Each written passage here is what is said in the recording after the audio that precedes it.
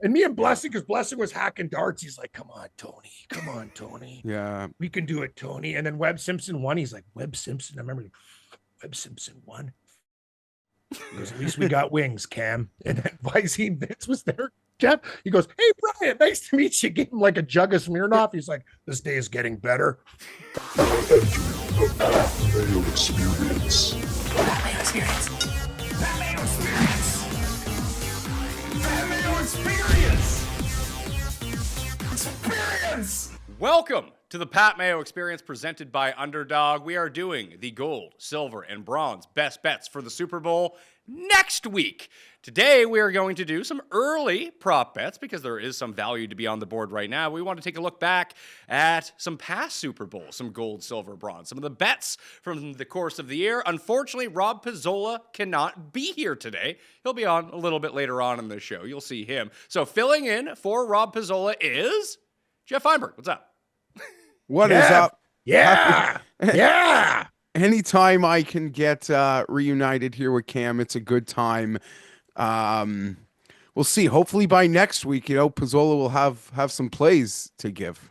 Oh. Geoff, I was just telling Pat about your gift with the big knockers. Gabe brought up even something better before with your other gift. Remember Anna Navarro from CNN, your original gift? Yeah. Gabe thinks I'm Anna Navarro. But she's taken so much Ozempic and she has. Dude, I'm going to tell you. Let me tell you something, Geoff, about this weight loss drug. I'm not going to lie. I have diabetes, but I've done it with I still drink wine and do whatever, but I walk. I walk a lot of places. So mine is kind of part natural, part drug, but it's hilarious. I go to my doctor and I go, can I get the Ozempic? And there's another one that you shoot in that my girlfriend's best friend takes. It's another one. She's lost like 70 pounds. They go, no, Mr. Stewart, it's gone. So I get literally the scraps, the Jardians, the one with the fat, dancing in the streets at the fruit stand. And that stuff is fucking that's D-grade materials. All the fat people have scooped up the Ozempic. I can't even get it from my doctor. I get Jardians. It's out of the metals, it's bronze in diabetic drugs. Yeah, that's the problem, right? All just the chubby housewives are taking the diabetes the people's stash. Yeah, this is life and death. And I gotta lose a few pounds. You got a fucking idea? Hit the gym, go for a walk. I'm with Mayo. Mayo stays lean. He's got kids. He fucking figures it out. You're actually taking people's shit that they need to live. That's pretty low. Anyway. Yeah, Anna Navarro and Brian Dable would be leaders for a little, just too much. Too much. Hey, Pat, don't you agree? Some people who take those drugs, like Drew Carey, it looks weird. When you lose too much fat, it fucks up your neck, turkey neck. A little bit, but if you're rich enough, you can get that figured out. You can just go get surgery and go get that fixed. It's funny because I was looking back at all the cuss corners from this year, Geoff, and that was one of the ones that first popped up was Ozempic Tim. Remember when he was talking about taking Ozempic and he's like, is it cheating? Is it not cheating? He's like, I think that if you could lose 80 pounds, it'd probably be a good thing. So just do whatever you got to do. Yeah, whatever makes you feel better about yourself and healthier, I'm not against. But I just think there's too high of a dosage. Like when Doug Flutie colored his hair and was doing the Notre Dame games, you could see it. Oh yeah, the shoe polish. There's just sometimes there's just too much of a helpful thing, and but I guess you can't resist it. You see those sizes getting down. Yeah. And the Ohio State's coach, Geoff, for the Just for Men, no play for Mr. Gray. That day guy, his beard is jet black. I'm like, dude, I used to live with Portuguese Joe, and I told him he was hitting the Portuguese social club. No need to lay it on thick. A little goes a long way because the minute you start to sweat and perspire, it's literally shoe polish dripping down your face. That stuff's pretty thick, but you're right. There has to be side effects, Patrick. There is. You can't lose that much weight. For a good thing, there always has to be a negative. Maybe it comes with liver damage later or something. But I'll be honest, Cam, I am of the opinion, let everyone doing it now be a guinea pig with these side effects. Call. In 4 or 5 years, when they perfect this sucker, you might, I'm not going to go full day ball, but you might see me just, try to drop some. But I'm waiting for them to get to the third generation of it. Let all these early adopters desperate to drop some weight fit into a pair of pants. They can go first and have the side effects. I got my dose of natural Ozempic this week. I'm finally over the hamstring or the calf tear that I've had for the past 5 weeks, so I can run again. That's doing it for me. I feel great. Yeah, that's great, Pat. I went to the doctor and I got my second Twinrex shot. I go, why can't you just give me the one? Like for like, I know it sounds like the H word, hepatitis, but I don't know what it is. Like, I guess a lot of the medications you take, it fucks up your liver, like your liver numbers. And I'm not going to lie, Jeff, I'm not giving up everything in my life. I already gave up like smoking and cola. No, I'm not giving up red wine, and I'm not going to give up like the things that I love. So I'll go down swinging. You know what I'm saying? But that booster shot she gave me, I couldn't feel my arm for 2 days. She fucking loaded it up. It was like a gun. Cam, like Pat is also next level as he's talking about, as you can see. Like I've been to Vegas with this guy, and he still works out. He's at like a 6 a.m. like run or something, dude. Like maybe like 7 a.m. Maybe I'm exaggerating, but he is up and running after we're giving it. We're Pat, I wanted Pat. I'm going to introduce my girlfriend to Pat. He literally couldn't deal with her for like an hour. Like she'll sleep till 3 o'clock in the afternoon. I'm like, hey, honey. Like I'm making breakfast in bed. I'm like, hey, are we ready to, go for a walk around the track? No, just a cup of tea.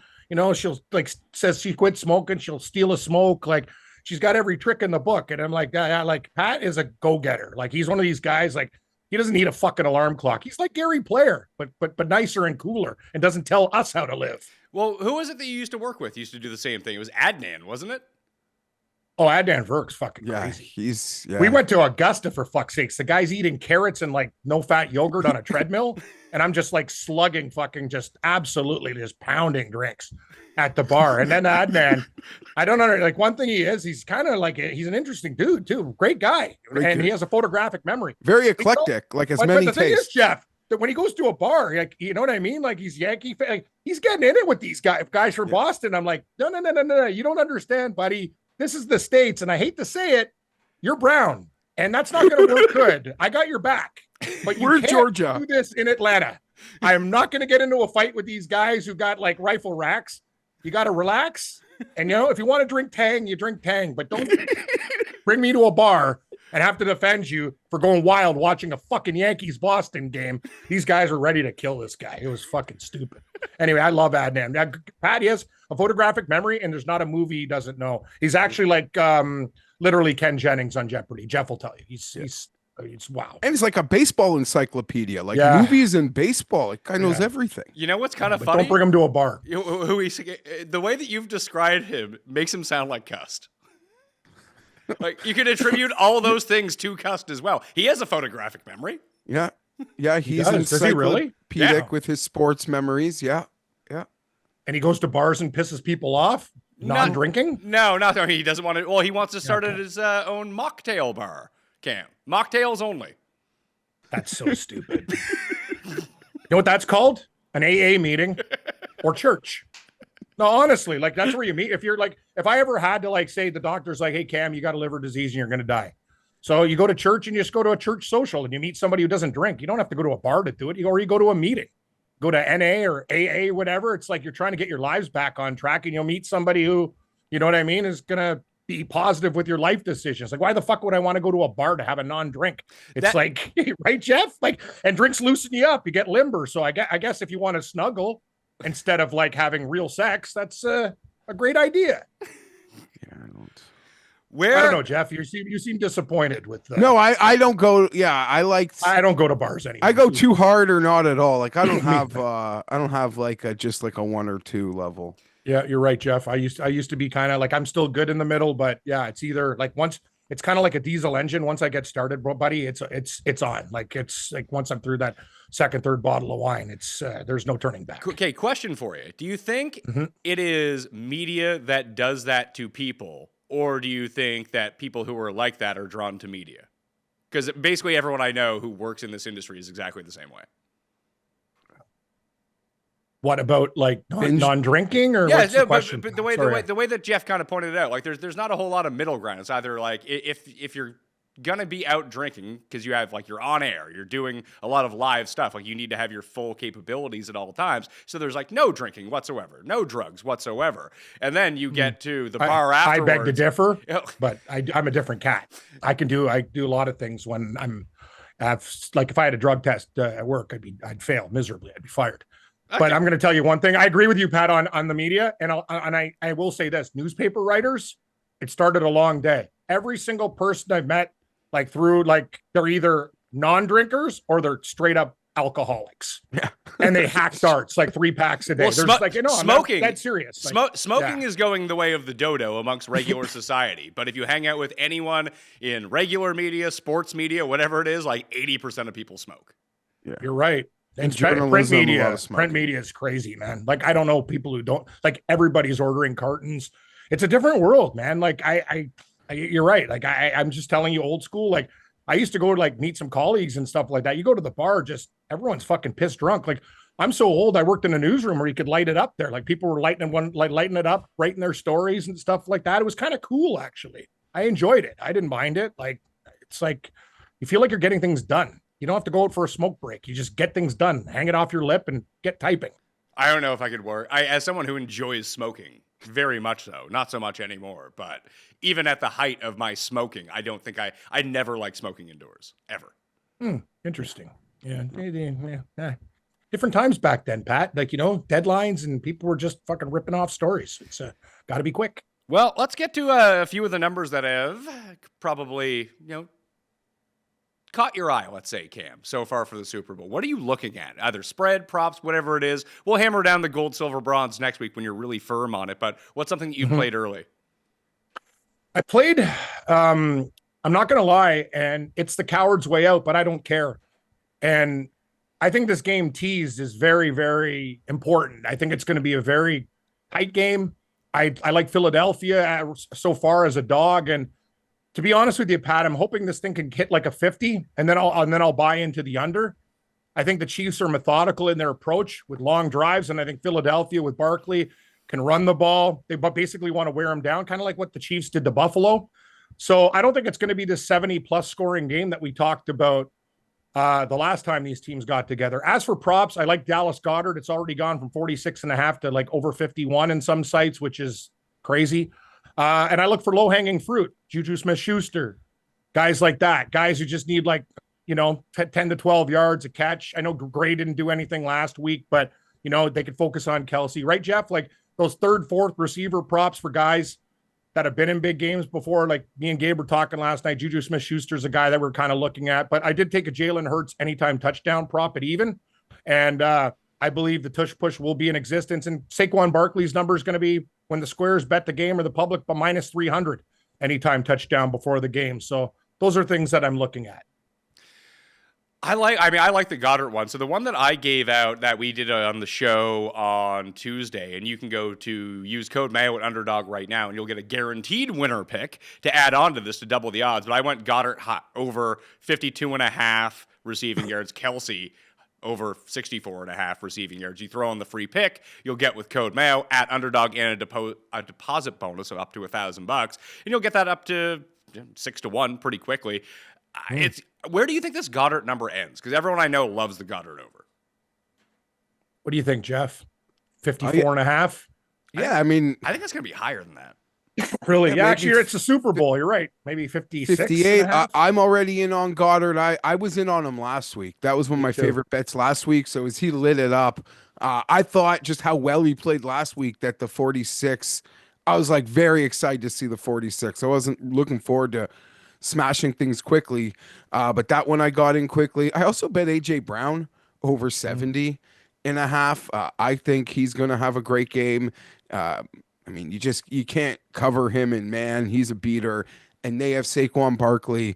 So, like the Washington, clearly they're better in it with Spags and those corners, but there's decisions to be made. And Jalen and AJ are great at identifying when it's time for man, and he's going to beat it. And the guy that I'm excited about, I haven't bet this week. He was, I feel like, really popular the last time the Eagles played in a Super Bowl. And what happened at the end of the game when he left with the concussion and then Shipley ran all everywhere, I think there's going to be Gainwell opportunities. I agree, Geoff. You mentioned those little numbers that we got to clear. Like, I'm looking for them all over with Gainwell. Am I nervous about what Shipley did? Yes, like he excelled in an opportunity. But do I think Gainwell is going to lose what feels like those evergreen opportunities, whether they give Saquon the rest on that third drive or whatever it is. How many carries, Jeff? That's the key. And his number is so low, right? What's his number? It's under 10, right? Is it like, was it 8.5? No, they haven't put it. I haven't seen I haven't really seen the supplementary Eagle back. Yeah, so because I'm out yet, so I'm waiting for it. What is it, Pat? They don't know what it's going to be yet because they don't know whether or not he's going to play. So they don't want to post a stale number because if they put him up, they probably have to put Shipley up as well. So it's Saquon 112 rushing yards, Hurts 39.5 rushing yards, and they have Dallas Goedert on the board for rushing yards at a half yard. Well, he did rush the other game, remember? And it's actually kind of an interesting bet. To Jeff's point, I think, Jeff, we look at receptions. I think there's going to be a lot of quick stuff to Goddard. He's one of those guys. He's a great safety valve. He's got great hands. I would do yards and receptions. And I know his receptions are 4.5 as we tape the show, but I'm going to say I think he can get like 7 or 8. And don't be surprised if they actually use Goddard a couple times on those runs just to gain a couple yards. It's weird, Pat. He actually ran against Washington. It was very interesting. I don't know if you're going to be able to run against Kansas City in that way. Yeah. You can do a lot to that Washington defense and whatever you want to do. That's true. And one of the ones that I was looking at, like the outside receivers, I know that the Chiefs move a lot of guys around in the offense. We were talking about this on the award show that we did. So sub to Mayo Media Network, smash the like while you're here, and go check out we broke down all the awards categories and recap basically what happened last week with Jeff and Cust and went through everything. But I'm just taking a look at like Hollywood Brown unders. Like, I just think it's a bad matchup. I like it too. I love that, Pat. He's going to be like a very popular played guy. I'm kind of looking contrarian too. Like, we had Jeff knows Paul Bovey on our show. He had Kelsey under. The guy had friggin' 2 catches for 19 yards. He won that bet in his sleep. Didn't matter if the guy tripled his yardage, he still would have won. So you just look at the popular guys and try to fade them in a Super Bowl. I know that sounds easy or whatever, but it's a heavily bet game. And there's a lot of bad numbers out there, so take advantage. So of the guys at the bottom, Jeff, on Kansas City, like the low barrier over and or unders, like Dotson's number is 2.5. I will still be playing the under on his 2.5 receiving yards, or just half a catch. I'm going to play the under. Just like, unless he scores maybe I'll hedge it with first touchdown for Jahan Dotson because he's going to get like 1 catch every 3 games. He's basically not on the field a lot of the time. When he is, he's just doing cardio. It's all like Justin Watson on the Chiefs, where just he's out there. You don't know really what he's up to, but he's just running sprints, and every 4 games they're going to throw a bomb to him or find him in the back of the end zone because people forget he exists. But you have Noah Gray 12.5, Hopkins 13.5, Kareem Hunt 5.5, who's playing like every snap, and Juju at 14.5. I think that people will want to go on to Juju after last week, but I could see it flipping back. 13.5 for Hopkins, Jeff, is such a low number. And I really do think that in a pinch, he's the guy they're going to throw to if Kelsey is covered. Like, if everyone is covered and they need someone to make a play on a ball, I still think he's their guy. I mean, it's such a tough one trying to like the who's gonna, because they seem to just always, you never know which chief is going to play that big role. So you're trying to play a bit of roulette here. My friends, they all seem to be in on Hopkins. My early thought on that was that, like in my group chat, was that like, that's just reputation. Yeah, he's a guy that people know. Like, yeah, the number's low. He's got such a high reputation. They remember him from his superstar days. My concern is, like, sometimes he looks like Julio Jones in a Chiefs jersey. I mean, like, end of the road. Like, the Eagles have good corners, and he's washed, but you aren't wrong. He could be, but you aren't wrong that if it's a one-on-one matchup, his hands are so trustworthy that's where Mahomes might just bail out to get something done. But yeah, I don't know. My group chat's already chirping about 30-1 first touchdown Hopkins. I don't want to play any of that. There is a receiving prop on the Chiefs that I do like. It's from like the Cam school of like really low number. I'm going to get it on 1 nibble. But it's from the backfield. Checo's kind of taken like a back seat here as we've seen Hunt get more active and Perrine. I think Pacheco's going to be in this thing. I think he's going to get a screen pass from Mahomes, and it's 3.5 yards. Mahomes will bail out at the line of scrimmage. Yeah. So that is the Chiefs over receiving. Love it. That I'm looking to play. I don't know which one of the receiver roulette like second, third tier receiver roulette, I'm going to play with the Chiefs yet. I'm probably going to go Schuster, smarter. Jeff, like, because Yeah. he's one of those guys that everyone forgets about. He'll get it on one catch. Like, he might only get 1 or 2 catches, but his number's low, and they're usually catches for more than 10 yards. First of all, great points by you guys. And you said it, Pat. Hunt's on the field all the time. Like, the guy's like plus money for a touchdown in the game. He gets goal line touches. Mahomes isn't, I don't think, going to run the ball and get absolutely blown up by that Eagles defense. I think that, like, running backs to plus money for anytime touchdown market. And I'm only going to play a couple of guys. I know it's a very popular market, but like Hunt at his number, I think is incredible. That's my opinion. Yeah, I think I like Hunt more than Pacheco. I played the Pacheco receiving over prop 2 weeks ago, Jeff, and he dropped his like one attempt on the first drive, and they never threw to him again. And he got pretty lucky last week to get over his receiving total because it was that, like, I think it was the weird flea flicker, the weird end around play that they just checked down to Pacheco. He's just not out there all that much. It's all Kareem Hunt right now. And in actual passing situations, Pirine is the one on the field. Kareem Hunt doesn't have the juice.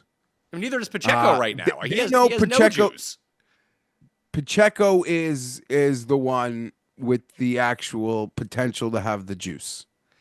I think if he had the juice, he wouldn't be getting benched for Kareem Hunt in these games. I think he's still, I mean, he had basically a season-ending injury in week 3, and then he came back, and he's just been crappy ever since. No, what it Those is, are I fair think they're points, and I gonna haven't bet it yet, and you're making fair points. You're making fair points. But even through the shit, they still seem to give him an opportunity every week, even in a muck. Who the fuck is this Robinson guy on the European tour? He's 11 under? Yeah, no, guy? that guy is extra zesty DTR. He's in first round leader in Bahrain. Jesus Christ, the guy's 11 under? I'm like, what? No, like Bert Wiesberger, he's 2 under. I love betting Danes. I got this Nearguard Peterson guy. He's 300. What the fuck is going on? Anyway, we'll stick to football. That was a hard watch right there. 11 under. Like, I'm fucked. I don't think he's going to finish 44 under, Cam. But that's a great, like, 11 under out of the gate. That's like a fucking horse just like wire to wire by 9 lengths. Like, fuck, who is this guy? I've never heard of him. Okay. Brandon Robinson Thompson from England is. And we watch European golf. Where'd this guy come from? Like, this is craziness. Listen, he's a professional golfer. Some days you get hot. This guy's gonna be like shooting 76 tomorrow. Okay, that's fine. That's cool. I got Nearguard Peterson to win at 40. He's. I love betting Danes, Pat. Like, I'm telling you that like, I watch European Tour top 20s for like who's that guy? Not Rasmus Højgaard, the Dane. The guy's amazing. Mueller. He's got 3 names. Moeller. But he is Moeller. Yeah, but they call him Nick Højgaard. It's like not Norgard. Norgard. It's Norgard, not Højgaard. That's the problem with Danes. Don't bet them drunk. Like, their names are like, I'm looking at this guy going, Norgard is Højgaard is R. Like, I'm like, they're all like hyphenated weirdness. Like, remember, it's not a racist comment. Like, be careful with the Asian players on the ladies tour. Like, you got to really focus because there's a lot. Lee 6, you know what I mean? Like, there's so many. You got numbers and like, I'm telling you, Jeff. Like, I'm not even being nuts. Like, the Danish players. Like, I look at their names and go, whoa, man. There's a lot of hyphens there. A lot of letters. Not on my keyboard.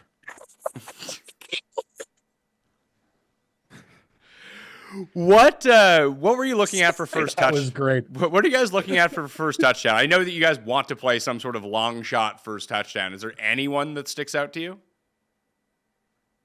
Because the numbers are not from the Eagles. I don't think you're gonna get an Eagle long shot, but Goddard at What about 20. Gainwell? What about Gainwell for first touchdown? Not on the. I mean, if it happens in the second quarter. I think Gainwell is a look, I suppose. I think the one plausible long shot on the Eagles, and this is like even really reaching, but I was shocked to see what his odds were, would be like Calcaterra at 100 to 1. Like, he might just, you know me. They'll play a double tight end set at some point. Like, he was playing in the backfield as a blocker with Hurts and Barkley. Like, maybe there's just some stupid play where it's, hey, he just leaks out and he's standing there wide open in the red zone. Bro. It's 100 to 1. So, like, why not? I have made that bet on that case for that tight end on like tight end 2, just wide open on a bootleg first touchdown. Yeah. I do that. I think every year. I've probably had Noah Gray to do that last handful of Chiefs Super me Bowls. too. Well, it makes sense with Noah Gray because we didn't see a lot of the 12 personnel, like the big jumbo sets against. Yeah, the he's Bills. 25-1. He's 25 to It's 1. over. But the Eagles don't really run a lot of those packages. Like you don't see a lot of, we're gonna flank the offensive line with Goddard and Calcaterra. Those guys are basically just receivers. Also, the Eagles are not going to get freaking fancy at the 2. They're just not going to. I don't think they're going to need to go into a bag of tricks from the 2. They're going to do what they've done for 5 years. I agree.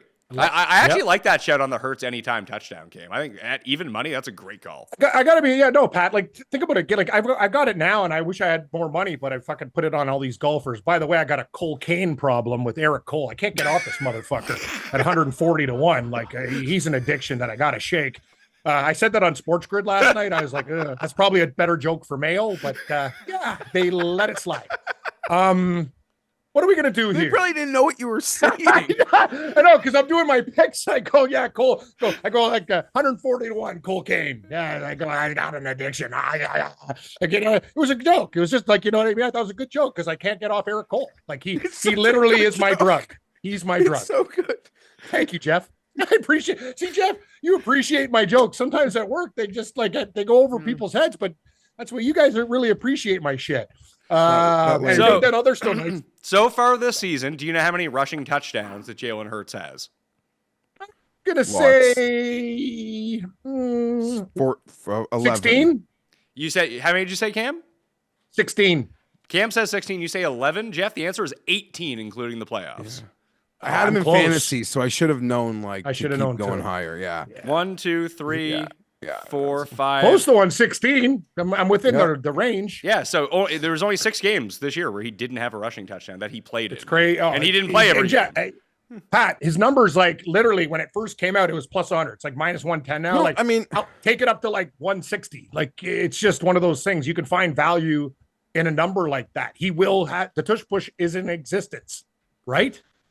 This odd though, the first touchdown, like it's been squeezed on a weekly basis in those primetime games, and they've squeezed the life out of it for the Super Bowl. Honestly, I'm just thinking anytime. Hurts at 6-1 for first touchdowns, probably the play. Jeff, I got to tell you guys, Pat, that's a great number. I know we had a great point last night. Like, we're always talking about golf bettors, and we're always looking for like the big 100-1 and stuff. Like, it's like I don't see the long shot. If I thought the Eagles, but 6-1 is good. I would consider that value with no. I mean, the best long shot guy for the Chiefs for first touchdown is Mahomes. I don't know about that. I'd rather take Ray. Probably like Justin Watson at 50. Yeah, like Watson at 50. Like, listen, Watson could get it. I'm no stranger to betting Justin Watson for first touchdown and then losing all my money. But when you get into the Super Bowl, we get into the playoffs, we just see Mahomes take off and score touchdowns. Like, it's not inconceivable he takes off from the 11 and scores a rushing touchdown. Yeah. You're right. You're absolutely right. And he will do it in the Super Bowl. He did it in that Gronk got first touchdown in that Tampa game. No, I think Mahomes did. No, yeah, Gronk did. No, Gronk did. You're right. I don't want to sound like a jerk. I'm having like kind of a vision, and Pat, they're hit and miss, mostly miss, but I think Mahomes gets rocked in this game hard. Like, I think he makes one big mistake, and it's a Super Bowl, and you know what I mean? His little fun stuff, dance around the tight line. That honestly sounds like doing a Masters preview like 15 years ago and being like, I think Tiger's gonna get fucked up this week. Like, I know, Jeff. I know. I hope it's gonna be different. I got a big Eagles future. I hope you're right, Pat. I mean, Cam, but I don't know. It's like a whole. I think Federer's a killer. Federer's gonna hit it into the net. Like, I don't know. Is he? The Eagles, look, you guys know we watch every single play, every single game. Daniels, like, I know it's Detroit, but every play he's like laughing at the coming. I got so much time to do whatever. He's skipping balls into Eckler. He's running for his life. Jalen Carter is a certified fucking animal. He's a killer. And the thing is, Kansas City's line, sure, you're okay. But I'm telling you, Philadelphia's front four are full of nasty, mean guys. I would actually take he's 100-1 MVP. That's just stupid, but maybe a strip sack, whatever. I'm going to say, I'm not saying he's leaving the game. I'm saying he's going to get beat up. Okay, can I change this? because his numbers gotten steamed. Like there were 400s out there a week ago on Jalen Carter. At this point, if you think Jalen Carter's going to do something to win MVP, you do what happened with Seattle with Malcolm Smith, with Tampa with Dexter Jackson. You bet someone in the secondary who is going to take advantage of Jalen Carter's dominance up front that forces Mahomes into doing something, and that guy brings the bacon. Blankenship. Sure. And, like if there's a corner, play. if there's a corner that you like in this game, maybe like that's where I think you can, like, if Jalen Carter's going to be the disruptor, he disrupts it while someone else gets the cheese, potentially. But We'll now give at 100-1, too, what guys? defensive With tackle to win 100-1, and like in our life, no defensive tackles won MVP. You're right. We've seen like Von Miller from the edge win it, and we've seen like, but I don't know that we've ever seen like a nose tackle win MVP. Good call, Jeff. So he will disrupt it for someone else to win it, though. And it's not going to be a one-man wrecking crew at the same time. Like you said, he could win it for someone else. If he gobbles up the double team, someone else comes in and forces the strip sack on Mahomes. It's basically what we saw in the Tampa-Kansas City Super Bowl, and then Brady just won MVP because he's Brady.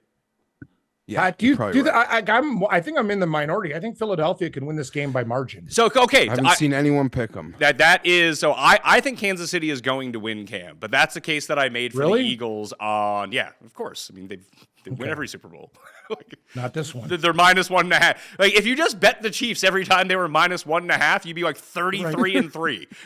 Oh, I know. I'm stubborn and stupid. But I think the Eagles have so many edges. I do think that if the Eagles win, I do think that they win by margin. I am on board with you for that. Okay, I cussed through cold water on it, so maybe that's a good thing. But I'd be looking at like excellent. I'd be looking at like Eagles -6.5, Eagles -9.5, stuff like that. Pays like 3-1, 4-1, whatever it might be. Because I do envision a scenario where the Eagles can score big plays. The Chiefs can't. So if they get behind, they're just going to be milking the clock, or it becomes what you said, Mahomes starts making mistakes because he has to come back now against a really good defense. Like, every unit on the field is better for the Eagles except for quarterback and coach. And sometimes that's just good enough for the Chiefs. Yep. And you're right, Pat. And another point that you bring up, remember, how do you beat the Chiefs? If you're going to take the Eagles, take them early. I think they got to punch them in the face early. Don't give Kansas City a storyline like fucking Young and the Restless with the fourth quarter, Mahomes down 6 and he needs touchdown. They win the game by 1. Like any of that shit. You got to punch them early like Tampa Bay did. You got to get on them, and you got to keep your foot on their throat. You have to go up 2 possessions. Basically what Philadelphia did to Washington in the second half, take their will away. Kansas City, it's almost impossible to do that, to win by that much, but I do think they can win by, 10 points in this game. So I will ladder it up like from -2.5 alternate line to like 9.5 and see what we can do here. I'm in the minority. I think the Eagles are going to win the Super Bowl, and betting against the Chiefs has only caused me misery, heartache, and less money. So those are the early plays for the Super Bowl. I did a complete prop drop show on Monday evening. That's on the network and podcast feed right now if you want to check that out, with Monotone Football and Connor Allen from 4 for 4 Football. But one thing to give you here before we get to a very special play from our good friend, Rob Pizzola, I have Hollywood Brown under 41.5 receiving yards. Jahan Dotson under half a receiving yard. You can play that at under 2.5 receiving yards right now in case he has the one catch for 2 yards and get yourself bailed out on that. Those are both on Underdog right now. You use code Mayo. You get the free pick to add on to it, boost it up to 6-1. You get up to $1,000 in bonus money to make that wager. So I would do that if I were you right now. Help support the show at Underdog with code Mayo. Rob will be back next week with Cam and I to give the gold, silver, and bronze prop picks, but he's been in the lab trying to figure out the best angle and trying to figure out who has the script, who has the right algorithm. So I'll just let Rob Pizzola take it away. You guys asked for it. I wasn't sure if the world was ready for this. 500 plus likes later, though, here we are. Bobby Pizza, yes, the balding, pasty white Canadian, has been deep in the lab. And what I've uncovered is going to shake the foundation of sports betting as we know it. Now, I've been hearing the whispers. Many people are saying they already know the outcome of the Super Bowl. Some claim that it's scripted. Others say they've got this algorithm. I went straight to these sources. Now, first, I contacted our good friends, our partners at FanDuel and Underdog. I said, hey, I'm about to drop something big on the public. Should I Or will this bankrupt you guys? Their response, don't do it, Rob. We can't afford this. Don't do it. I had a fellow friend of mine, Spanky, reach out to me. He says, Rob, I know you got the goods, but you can't give this out to the public. It's got to be just between me and you, pro sports bettors. Look at Spanky's Twitter account. He tweeted 4 letters at me, STFU. He doesn't want me to say these things. Now, granted, he said this 100 times slower, not that fast, but I didn't want to record a 60-minute video here. I'm just getting into the goods right away. So here's what I did. I reached out to the leading expert on fixed games, Manny the Aviary. Normally, he gets the Super Bowl script well in advance. But folks, he is shaken right now because he got some bad intel on the AFC Championship game. Now he's completely distraught. He's holed up in some bird sanctuary somewhere trying to make sense of it all. No help from Manny the Aviary. So I turned to analytics. I hit up Balls Bets. That's balls with a Z at the end. The man who claims to have an algorithm that predicts the winners. I asked him for his Super Bowl angle. Guess what? He's unreachable. The man can't even afford a mobile phone anymore after his picks for the last few weeks. And honestly, he should probably throw a few extra Z's at the end of that handle because lately his account has been big snorefest. And then, it's my last resort. I didn't want to get here. I went to George Riley Panagakis, GRP. But he's currently in full panic mode himself. He's already pissed away $2,300 on Super Bowl props, and now Kai Trump hasn't tweeted in a few days. He has no idea what to do with himself. I will say, though, his hair is still looking really good. Jealous of that head of hair. But that's fine, because I don't need these people. I have something bigger. This is Super Bowl LIX. That's 59. Now, 5 plus 9 equals 14. Who wears number 14 for the Eagles? That's Kenneth Gainwell. But wait. Gainwell got injured in the NFC Championship game. The universe is telling Bobby Pizza to look elsewhere. So I dug deeper. The last time the Eagles were in the Super Bowl, the last time they wore green, 2 years ago. What happened? They lost to the Chiefs, 38-35. But before that was Super Bowl 52. Who led the Eagles in receiving yards that season? That was Zach Ertz. Who led the Eagles in receiving yards this season? Well, that would be A.J. Brown. Guess what? Zach Ertz caught a touchdown in that Super Bowl. History repeats itself. This is a sign. But I had to take it a bit further. Patrick Mahomes has won 3 Super Bowls. Super Bowl 52 plus 3 equals 55. Who wore number 55 for the Eagles in that game? Brandon Graham, the man who strip-sacked Tom Brady to seal the game. But here's the thing. Brandon Graham, he's on injured reserve. He's not even playing in this game. So where does that energy transfer to? Now here's where it gets really crazy. Carson Wentz. You remember Carson Wentz, right? He was supposed to be the Eagles quarterback for Super Bowl 52, but he got hurt earlier in the season. Now he is on the Kansas City Chiefs. And what number does Carson Wentz wear? He wears number 11. Super Bowl Sunday, February 9th. Second month, 9th day. 2 plus 9 equals 11. But it gets even deeper. Who wears number 11 for the Eagles right now? That's right. It's A.J. Brown. The script is crystal clear this year. A.J. Brown, anytime touchdown, the data does not lie. The universe has aligned. And if it doesn't hit, well, the real script must have leaked late if it doesn't hit. That's it. That's the edge. That's the play. Go forth and prosper. Bobby Pizza. Over and out. Welcome to the TGL presented by SoFi, golf's newest league. It's sharp and it's electric. How is it sharp? How is it electric? Good questions. Try this on for size. 2 hours of hammer dropping, overtime forcing, playoffs on the line golf with 24 of the best players from the PGA Tour. Tuesday, February 4th, we got the Boston Common versus Los Angeles Golf Club. Rory McIlroy, Keegan Bradley, Adam Scott, and Hideki Matsuyama taking on Colin Morikawa, Tommy Fleetwood, Justin Rose, and Sahith Theegala. This isn't your average Sunday pickup game. Tune in each week for TGL only on ESPN. Keep up. It's golf. Who the fuck's calling me at 9:30 in the morning? That means it's bad. Or good. Maybe it's No, Ed it's always McMahon. bad. You won the sweepstakes. Wouldn't that be a treat? I wish it was Ed McMahon. Fuck. Is he still alive? No. Yeah, he's still alive. No, Ed he McMahon. is- No, he is is he not. dead? He is No, not no, alive. Wow. See, I don't know who's dead or alive anymore. It's kind of a problem. That is a fun game. That's what we'll do during the offseason. We'll play Dead, What, or, alive. Yeah. Ed McMahon died 16 years ago. Are you I once fucking tried. serious? I once Wow. tried to He- book he Bam died- Bam Bigelow for Gabe, and he was dead. So that's a memory I have. That's the best line. Ed McMahon died 16 years ago at the age of 86. Yeah, that's right. That's why they had like Terry Bradshaw and all those other fuckers doing like publishing clearinghouse ads. Like I sometimes it's weird. Like you forget sometimes who's there and who's not there. It's a great game. Yeah, if currently alive, Ed McMahon would be 102 years old. So sorry. See, I'm so bad at this game. Oh, Geoff, oh God, that made my Yeah, Gabe laughed at me for a long time about that, but yeah, that's good. So what was your guys' best bet of the season? Like, does anything stand out for you guys as like the gold pick that you made? Because I'll give mine. So Cam, I know the viewers are sick of me talking about it, but I'm just so happy with myself.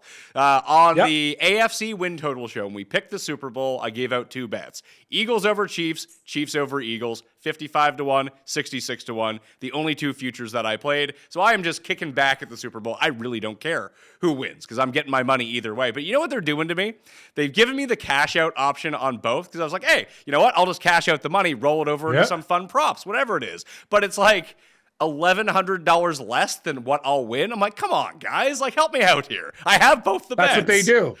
That's what they do. And it actually makes me sick. Like, even with tennis rules and all the other stuff, it's like me and Gabe, this is our issue with the books. Like, you're giving fucking idiots money back from like Mitchell Trubisky MVP bets, but I can't, like, I win a tennis match and it didn't go like a couple extra games. Like, these guys don't have a fucking clue like what their priorities should be for customers. And that's shitty business. I'm with you, Pat. Like, I look at cash out options and I'm like, I basically give them a fuck you because I don't like what you're doing to me with a golfer that I have. And you know what I mean? I'm only going to take it when it makes sense and it's enough money. Jeff said, Jeff bets more than me. Like, even like he's like, fuck you. Like, you want to screw me like that? Like, it's wrong. Like, I'm a customer and I can go anywhere. If it was a $30 difference, I figure they give me a more generous one only because I would take that money and pump it back in right away. And now I'm not going to do that. Mm-hmm. Yeah. What do you think, Jeff? Yeah, I mean, they should make it attractive so Cam will so he'd blow the money this week. Mm-hmm. Like that's what clearly that, if they had a brain, that's what they should do. Make it like right around the number he's going to win, and then he's like going to replay that money before the game even fucking happens. Yeah, I'll make some extra. They got me profiled, Pat. Like, when I'm doing cash outs in hockey, I bet every night. Like, they're giving me shit, and you think I don't know what I'm doing, but sometimes I have to cash out when I'm getting a team at plus 2.5. I'm like, fuck this original bet. I'll fucking smash this stuff.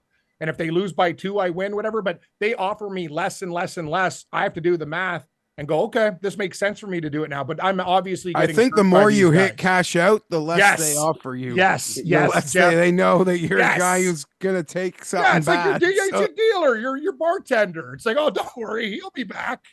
Yeah, hey, I mean, the rule of thumb is just never take the cash out because it's always worse odds than whatever the hedge is. Just bet the other side. Yeah. I take it all the time when I need money and don't want to deal with Interact. Fair. Okay. And that's the problem. Like, they got me. I'm a perfect customer for everything. Like, I'm a fucking sucker.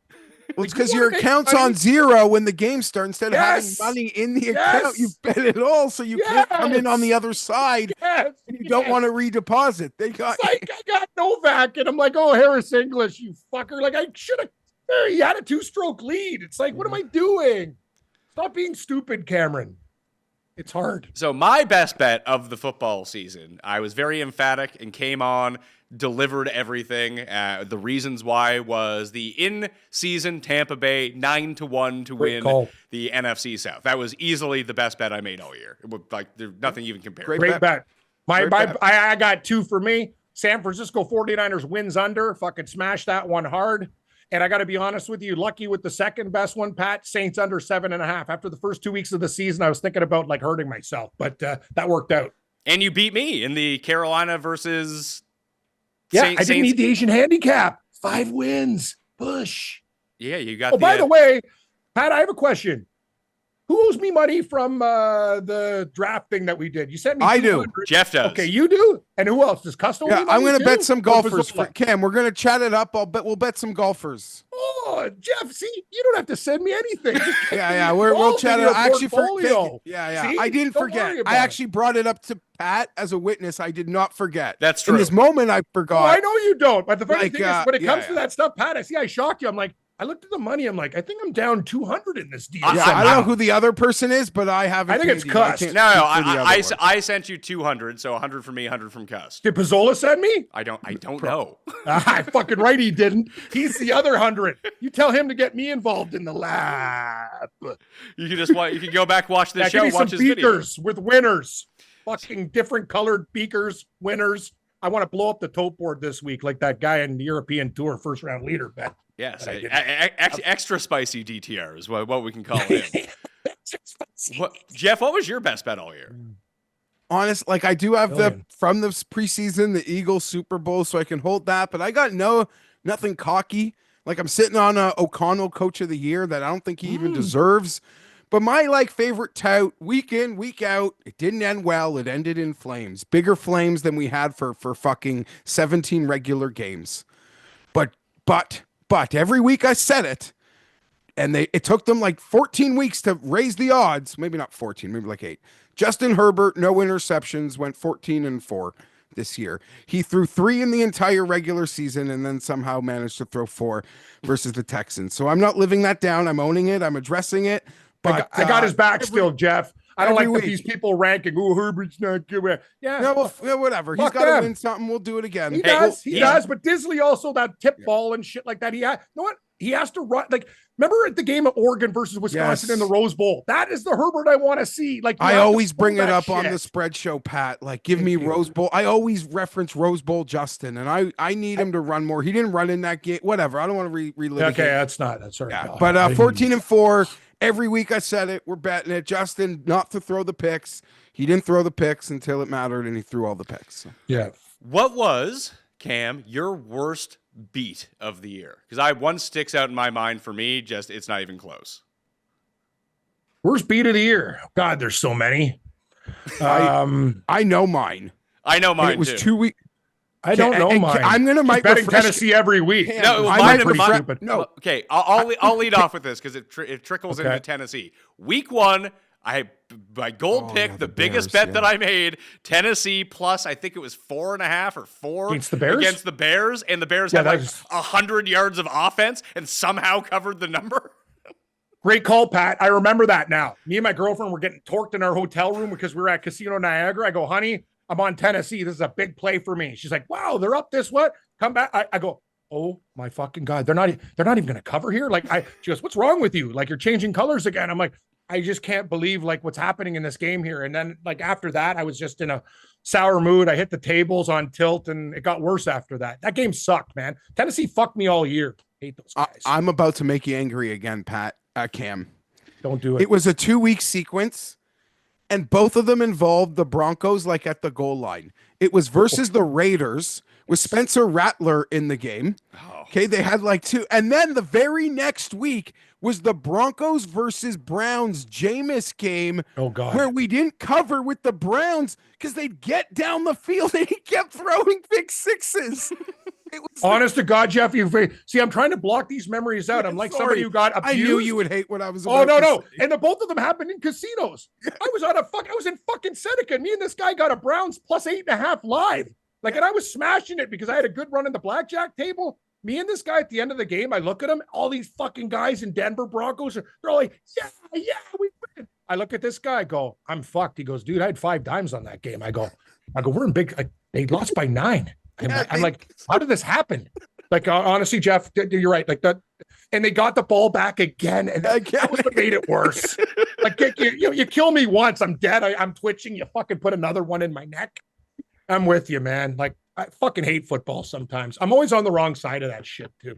There's also a bullshit Bengals Cowboys Monday or Sunday night. I had the Cowboys with a small point spread, and the Bengals did something really cheeky happened at the end of that game. The Bengals too in the playoffs. I had Denver plus a 3.5, and they fucking because numbnuts can't do anything. Brown got hurt, then they went for the touchdown instead of the field goal. That one fucked me up too. But that one wasn't even as close as the other two. That was just regular betting. It's really funny because a lot of people will say that the Daniels Hail Mary over Chicago would be their worst beat, but I still don't feel like that was a bad beat. Washington should have won that game by like 30.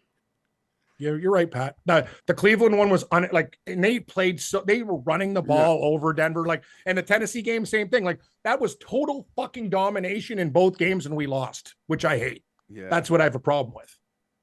Yeah, that's tough. So that's the worst beat of the year. I did want to go through what do you think were the teams that were best and worst to you throughout the year? Because I can tell you that Washington was very good to me on a week-to-week basis. Tampa was really good to me on a week-to-week basis. And the Steelers were really good to me on a week-to-week basis until they weren't anymore. Pat, I don't even want to mention this fucking team again. Tennessee ruined me financially. Carolina came back and got it all for me when they went on that little heater. I bet too many dogs, and Washington was great to me. They were my actually favorite ATS team this year. I do a show with Camera 2 Drew, and I actually got a Daniels Washington Commies jersey, and I wear it with pride because they won me money. I've been talking to Camera 2 Drew, Cam. Yes. Because I know that you guys did that live show in Toronto, so I want him to hook me up at the place that they did it. So, the one where I'm like cracking jokes to like teenagers about horse racing and shit. They're looking at me going, "Who the fuck is this guy?" It was like Don Rickles. Like I'm Jeff. I'm like bringing it's like, "Hey everybody." It was very like tame with like morning show people and stuff. I came on the stage and like I was like talking like cocaine jokes, like it was just I didn't really know the audience too well, but a few people that came to see me really enjoyed it. Well, I think the live Pat Mayo experience crowd might be a little bit different, might enjoy that a little bit more, but I think we might use that venue. You guys did the Rec Room, right? Yeah, it's a great venue. Had a great time. They have a stage. They have a curtain back there. So if you want to, drink with nobody seeing you and stuff, there's a lot of positives to that place. I actually really like the Rec Room. Yeah, so I've been talking to them about getting that same space that they had for that show. I think it fits like 300 people or something like that, or maybe even a few more. But it would have to be from like 1 to 4 in the afternoon. And then I think I would rent a space somewhere like close by for the evening to do like a meet and greet with people with drinks and everything like that. That sounds amazing. Yeah, we did ours to save money. Like it was like really just like at the start of drinking, like bars open at 11. I literally got there at like 10 o'clock in the morning, like hungover. And then we started like doing the show. And it was a great day, Pat. Like if they give you a deal, I'd suggest it. It's a nice facility, easy to get to by the Dome, near Steam Whistle, right, Jeff? Like it's just a good area. Like it's cool. You can go to do a lot of stuff and hope they cut you a deal, Pat. Okay, yeah. Well, I mean, that's what we're looking for. June 7th, by the way. So mark that down in your calendar. Don't schedule anything. Okay, I won't. I did tell Jeff, too. Woodbine reached out to me about doing it there. Oh, are you serious? Yeah. I'm going to watch the Super Bowl at Woodbine, I think, because there's no more Super Bowl parties anymore. Jeff, like Shoeless that I worked at, gone. Other bars that I've worked at, gone. I go, hey man, where's the Super Bowl party? I don't even think Wegs exists anymore, Cam. Oh, it does. It does, but it's like basically you go in there for food and older horse players go in there like that. Gone are the days of the sports bar. Like there's nothing. Oh, you can go to the one by the, where the Leafs are and stuff like that and pay $50 for wings or whatever. But I like that old school sports bar that has the squares during Super Bowl and stuff. They don't exist. They're gone. Who are the best teams for you, ATS, Jeff? I mean, that's easy because the Chargers were one of the best ATS teams in the league, and I overbet them a lot. They went like 13-5, 12-6 ATS, which would have been the high watermark in the league. And I was one of the guys that kind of believed in the Vikings, maybe because I was silly enough before the season started to believe in Sam Darnold, and that paid off quite regularly through the weeks. So Chargers and Vikings on like a week in, week out, like ATS for sure. Historically, looking back at it, Jeff, what are the best and worst Super Bowl bets you've ever made? Worst one, we have the same I one. bet Carolina to beat Denver. Yeah. Oh, yeah. That was a tight game.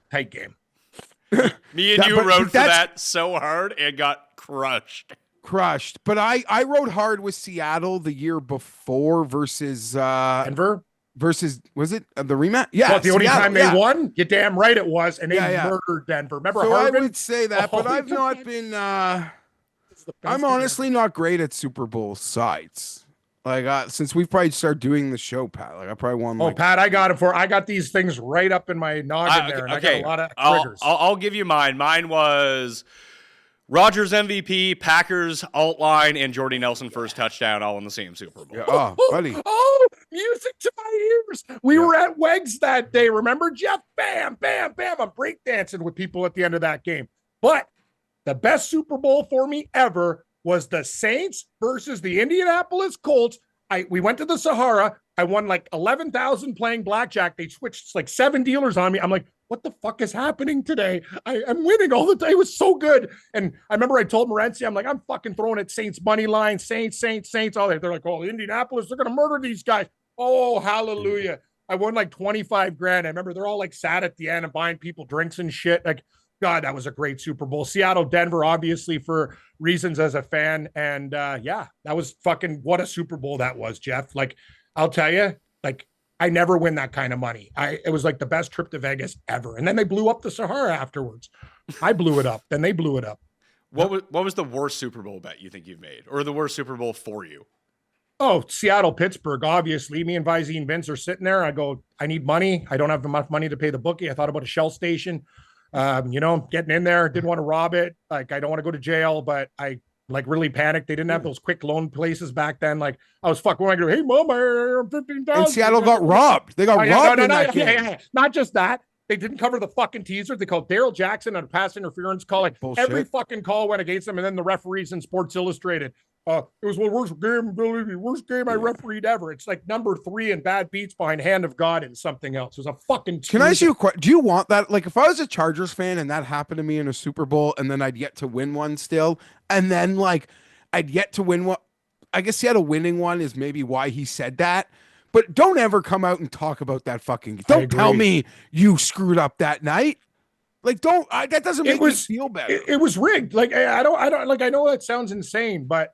Like, Seattle was all over these motherfuckers. Like, early in the game, they score. It was all these imaginary calls. It was like Jerome Bettis, and not taking anything away from him, but it was Jerome Bettis Appreciation Day in Detroit, and Seattle was not a popular team, and they got fucking hosed in that game. Mike Holmgren, like, it was bullshit. Like, thank you, Jeff. And you're not even a Seahawks fan. That was fucking robbery. Yeah. Like, and then they lost one for themselves at the goal line. So that's 2. Yeah. That was the whole fucking day that was. Yeah, I'm like you, Jeff. Like, at least I got one. At least I got one. And I beat Denver, a hated rival of yours. So that makes it work.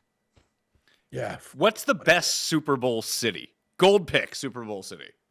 San Diego, RIP. They used to do a great job. Yeah. Elway Favre was there. The owners loved it. It was just such a great city. Unfortunately, it's gone. I don't know. Now Miami feels like the best one. No. Miami, too much gunplay, too much knives if you go to the wrong spot. I'm not down with that program. So what's the best one? LA. Oh, get out of town. Well, where else you gonna fucking go? Like, there's Vegas. Arizona, Vegas. Vegas Arizona, was great last year. Yes. Sorry, I Vegas. apologize. Like, Santa Vegas Clara sucks. I'm not giving Santa Clara my vote.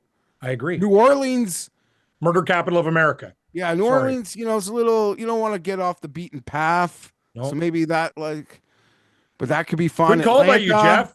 It's going to be Arizona, Glendale, or Vegas. It's a pick 'em. So the desert is the best place. The desert. I can give you the worst because I was there. Minnesota. Really? Minnesota? Yeah, it was fucking minus 8,000 outside the entire week. It's cold. It was like the one time, like, I actually was talking about this with Jared yesterday, that the first month I moved to Toronto, I think it were the 3 hottest days on record. It was like 49 Celsius, 48 Celsius, which is like 113, Beautiful. 120 or something like that Fahrenheit. It was like the 3 hottest days ever. And then the 3 coldest days I can ever remember from the 15 years I lived in the city were the 3 days over NBA All-Star Weekend. Like, it was the worst time to do it. And I know Minnesota gets cold, but it was just especially cold that week. And like, it was still fun. Like, the stuff we went around to do, the locale, like, had it not have been so oppressively cold, it would have been fine. But you can't have that as a variable, I feel like. It was like when Dallas had it, and there was a ice storm. The thing about Minnesota is I'd probably be very happy there because they like to drink and have a good time. Like I can handle Minnesota. I've lived in the Arctic, but the one thing is you don't want that for the Super Bowl, Pat. You're right. And Gabe told me when he went down for the MMA, and Shag can attest to this, like Minneapolis, St. Paul down by the Greyhound station and shit. Like there's a lot of, like, it's not as safe as people like, oh, Minnesota friendly or whatever. They got a lot of fucking grifters in Minnesota. Vegas. You know what? Sorry. You got grifters, don't walk off the beaten path. I think that applies to every city everywhere. Fair enough. Like in Halifax, that's a thing. What's Really? gonna Yeah, What there's makes the spots Super- where you don't want to go to at like 2 in the Okay. morning. I don't Cam, really the feel scared in problem with Toronto, you know, like other than going way into some, like downtown's pretty safe, don't you think? I mean, I know like 2 Yeah, people. but who've you been know where you're stabbed. going. Yeah, I guess I don't remember. You know, But like, you know I where go to you're rough going. areas though. I go to rough areas. My girlfriend actually took her life in her hands to get like cheap vodka in fucking Niagara Falls, New York. It was insane. Like no woman would do that. No man would do that. I'm like, holy fuck, man. Like you're just, I don't know what to say, impressive or whatever. I was just like, I don't like they're burnt houses and shit. Like just to save a couple $100. Ugh, dangerous. I think LA's too spread out to be a good Yeah. like Super Bowl city. Traffic where your sucks. hotel is, where the shit like relative call, to Jeff. everything. call. That's why Vegas, by all accounts, did such an amazing job last year. They got all props in ways they didn't get it for the F1 race. It seemed like people really liked it, and you're able. They made it so you can get around. So Mhm. yeah, Vegas. Good call I by guess. you. Yeah. So those are the best and worst Super Bowl cities. What's the best halftime show you can remember, Cam? Is it Prince? Yeah, it is Prince, actually. Prince was good. I'll tell you which one sucked the most. The Black Eyed Peas halftime show was one of the shittiest things I've ever seen in my life. Oh, actually, shit, we're supposed to do this in order. I forgot. No, it's fine. Categories. No, it's fine. I might as well do both of mine now. They fucking sucked ass. You actually have them at a Super Bowl halftime show. That's stupid. Nipplegate was kind of fun, but Prince was fucking off the chain good. He brought it to a new level. That halftime show. It was amazing. I actually enjoyed like the Eminem one because I'm now of the age Yes. where they're putting in people that like Jeff and I have now hit the age where it's the perfect demo for like 5 years for these sorts of events where they're going to schedule all the artists at the halftime show, like people that we know. And then we're going to like, you know, for years, like, hey, how many times can the Rolling Stones play the halftime show? And I get that everyone knows who the Rolling Stones are, but they're like 80 years old at this point. So now they're going to start bringing in people who are in their like mid 40s that we grew up with, Jeff, that are like very familiar with. Then we'll be out of the demo. Yeah, of course. That's how they do it. I'm outside. I don't care. I'm outside. I'm getting there. Back in the day, great memory. Although just like we were fucking nuts. But every year at Super Bowl at halftime, these two kids would fight. We'd have a fight. There'd literally be a fight. These two guys that didn't get along in high school. It was like an annual thing. They'd fight on the front lawn at Super Bowl party, and that was halftime. That sounds amazing. Yeah. It was great. Different That's so times. funny. So they just wait to Super Bowl and go, I fucking ate your guts for all year. Now we throw down. That's so wicked. Well, And yeah, I it's mean, there would every be year. like little instances, but like Super Bowl was like there was the fight. It was fight night at halftime of the Super Bowl. That is so awesome, Jeff. You got to bring it back. That's so cool. I don't know one of them anymore. So Yeah, that's funny. Who would if you had to pick the broadcast team to do the Super Bowl, Jeff? Who would it be? Current or Can they be historic? dead? Yeah. oh Madden and Summerall. yeah, I guess Madden and Summerall just for nostalgia. Now we're of the age, Pat, where like, you know, maybe we were getting our full Madden and Summerall before we were betting. Like it was like our introduction to the league. So things they said or didn't probably annoy us like they do now when you have a bet or they've said something wrong. You know what I mean? So Also, like, Jeff, it was their delivery. Like Summerall was half cranked. So there was a lot. They knew when dead air was good air. These broadcasts are now, everything is a fucking, like I talk too much and annoy myself, but like those guys understood, let the game paint a picture. Let it tell a story. They were just perfect at, and Madden with this, like, you know, being aloof and Summerall, like the greatest announcer of all time to me was Dick Enberg. Hearing his Yes, oh, smooth yes. baritones do like a Chargers Chiefs game from Qualcomm, and then he's doing the Masters, like and tennis. He Great was the call. king. I don't know that he ever got a Super Bowl call because he was never like really top guy, but he was He my was guy. a top guy though. Like Dick Enberg, in my opinion, is one of the best of all time. Yeah. He's But great. of the modern, it's Aikman and Buck, I think, blow everyone away at the current moment. Which is funny because they were the worst 5 years ago. Oh yeah, when Aikman started, he was blasted. Joe Buck took his lumps forever, but here we are, and they call the cleanest game. Romo was lost at the end of Chiefs Bills. It's almost like he's on his highs are high, but his his highs are high, but his lows are low. In that sense, and I hope Brady has a great call this week. I also hope it's the last game he calls, but I don't think that's the case. The NFL, when David Boston played in the league, they wouldn't even let his dad ref divisional games. That didn't even involve his team. He played in the West, and if two other teams were playing in the West, his dad was not even allowed to do those games. Not just his games, any games that involved teams in the division for which David played. Okay, that's integrity. I agree. And letting another the de thing, facto president of the Raiders be the lead announcer is bullshit. Bullshit. I gotta and say, it better end this year. And it makes me mad. Makes me mad that people. It makes me mad when people don't think it's a big deal or it is a big deal. Interest. David Boston might be, people can say Barry Bonds, when you look at it over the course of 10 years, you're like, oh my God, this guy's head got 3 times the size. But in the moment, you're like, hey, he just kind of got big because we didn't really know. When David Boston got busted for steroids that time, he was literally double the person he was the season before. Guys, the Chargers paid him, and then his calves exploded. They were so fucking big. That's pretty, like a wrestler. His calf exploded, to my understanding. David Boston, when he was in his when he was in Ohio the middle State. of becoming the Incredible Hulk, he was a fucking beast-star, man. He was better than Bolden. Oh, big time. Yeah. He used to guys are coming at him. He's fucking throwing 3 guys away. Rah, rah, rah. He was a killer. I used to watch that guy and go, who the fuck? Plumber to Boston. Oh, I love Plumber to Boston. And it was pretty in depth. Seattle was still in the AFC back then, right? I didn't have to deal with those guys, right, Geoff? But man, Boston was fuck, he was good. Yeah. We'll probably have the same answer for all of this one, but what do you think is the best lead-in content for the Super Bowl? It's Phoenix golf, right? Yeah. Oh, sorry. I thought this was. I was going to say Bud Bowl, poker, Bud mini Light, sticks. Bud Light versus Bud, the original Bud Bowl. Amazing. We could bet on it, and if your beer won, you'd get. Remember, Geoff, Bud Bowl, and then they got Bud Draft. They switched it up, but the original Bud Bowl, when it first came out, was fucking wicked because it was actually a game, and you can bet, hey, is Bud Light gonna cover, and all these things were happening. It was. Oh man, I'm old. But it was before me drinking. Oh no, but they would Bud Bowl. Oh, great stuff. They don't do shit like that anymore. They had the Puppy Bowl for a while.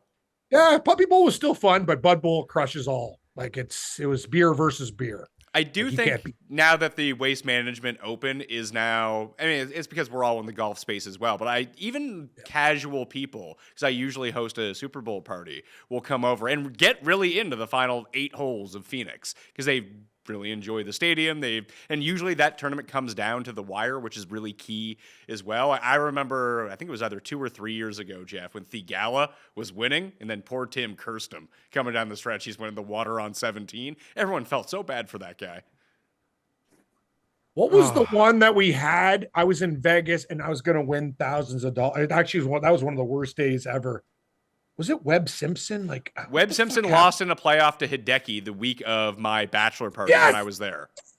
But then was that the San Francisco Kansas City Super Bowl? It was, right?